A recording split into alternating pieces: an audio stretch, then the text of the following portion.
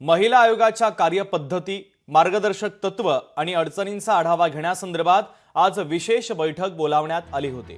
विधान परिषद उपसभापती नीलम गोरे यांच्या अध्यक्षतेखाली ही बैठक पार पडली। वैष्णवी हगवणे आत्महत्या प्रकरणानंतर आयोगाच्या कार्यपद्धतीवर अनेकांनी तीव्र नापसंती व्यक्त केली, आक्षेपही घेतले। त्यावर आज महत्त्वाची चर्चा झाल्याचं समजतंय।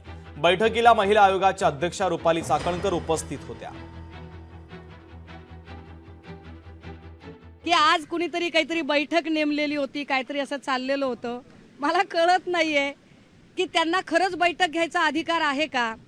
जर महिला आयोगाची नेमणूक महामहिम राज्यपाल महोदय करतात आणि राज्यपाल महोदयच त्यामध्ये काही फेरबदल करू शकतात, तर नीलम गोरे त्याची समीक्षा कशा करू शकतील। आणि जर याच्या उपर नीलम गोरेंचं असं म्हणणं असेल की मी विधानसभेची उपसभापती म्हणून ही बैठक बोलावली, तर विधानसभेच्या उपसभापतीने पारदर्शक पद्धतीने आणि निपक्षपाती पद्धतीने वागायला हवे। आपल्याच मर्जीतल्या 4 बायका बोलून उगाच असं वासरात हुंडीगाई शहाणं म्हणणं बरोबर नाहीये, हे समजलं पाहिजे। आजची ही बैठक जी अतिशय सकारात्मक पद्धतीने झालेली आहे, याचा एक अहवाल आमच्या सन्माननीय उपसभापती नीलमताई आहेत यांच्या कार्यालयातून त्याचा तयार होणार आहे। त्यात आलेल्या ज्या सूचना आहेत, ज्या शासनाची निगडीत असतील, राज्याचे मुख्यमंत्री देवेंद्रजी फडणवीस साहेब, उपमुख्यमंत्री एकनाथजी शिंदे साहेब, उपमुख्यमंत्री अजितदादा यांच्यापर्यंत सुद्धा पोहोचवण्यात येतील।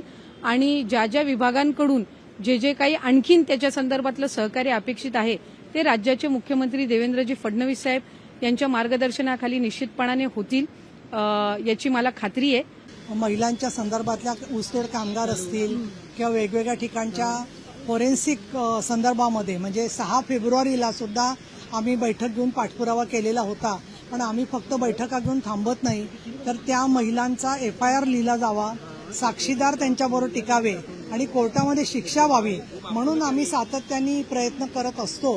परंतु ज्या लोकांना लोकशाहीमधल्या नागरी हक्कांच्या बद्दलचं आणि पीठासीन अधिकाऱ्यांच्या संदर्भातले काय अधिकार आहेत याची माहितीच नाहीये, त्यामुळे मला असं वाटतं की त्याची दखल घेण्यासारखी नाहीये आणि म्हणून मी काही त्यांची दखल घेत। आजची बैठक ही आदरणीय उपसभापती नीलमताई यांनी आमंत्रित केली आणि केवळ एका भागापुरती नाही तर त्या भागात सुद्धा जाऊन बैठका घेता येतील। त्याच्यामुळे मला असं वाटतं नीलमताईंनी सगळ्यांनाच आमंत्रित करण्याचा प्रयत्न केला होता, पण काही राहिले असते तर त्यांना पुढच्याही बैठका त्या भागामध्ये आहे तिथे आमंत्रित केलं जाईल।